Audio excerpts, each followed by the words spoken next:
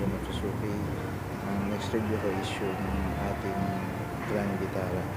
Okay, ito yung Grand Vitara natin is 4x2. Okay, hindi siya 4x4. Okay, so ang gulong na is 17. Okay, ito yung body niya. Makita nyo.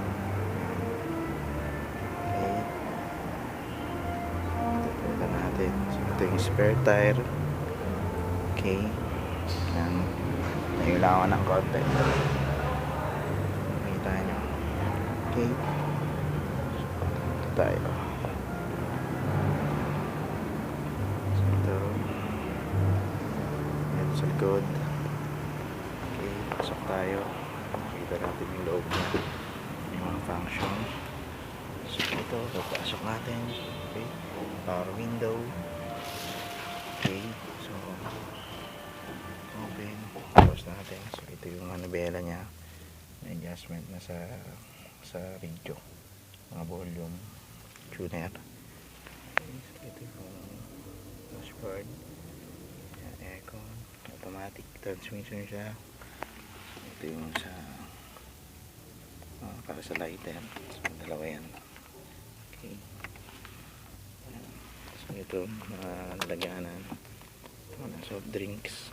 Okay, ito maliit na compartment dito. Ito natin yan, maliit na compartment. Then ito sa taas merong lalagyanan ng shades or kung ano man gustong ilagay. Okay, lamp 1, 2 lamp. Okay, so SRS bag na rin siya. Then yung kanyang speaker. Okay, so ito yung from dito makikita natin yung likod. Okay, so tingnan natin yung next row, second row. Okay, so ang ating Grand Vitara is SUV at all made in Japan. CBU from Japan to. Okay, so ito yung second row nya. Okay, so ito sa second row meron din siyang lalagyanan dito ng soft drinks. Yan. Okay, okay, ito yung armrest. Dito medyo nakatago lang sa plastic. Okay, speaker yung dalawa dito sa likod. Okay, tingnan naman tayo yung pinakalikod nya. So ito yung yan. So okay, yan, nakikita mo yung ito yung pinakalikod nya. Okay, kita nyo po ba? Okay, so ito pwede rin tanggalin to. Nakitiklop din to tanggalin. Tapos yung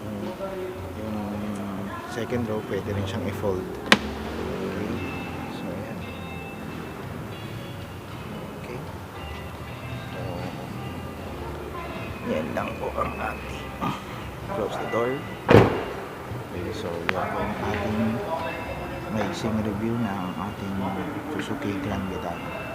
Okay, for more information, kung interesado po kayo bumili na Suzuki Grand Vitara or sa tanong, tingnan nyo lang po yung details sa baba ng contact info ko, Facebook.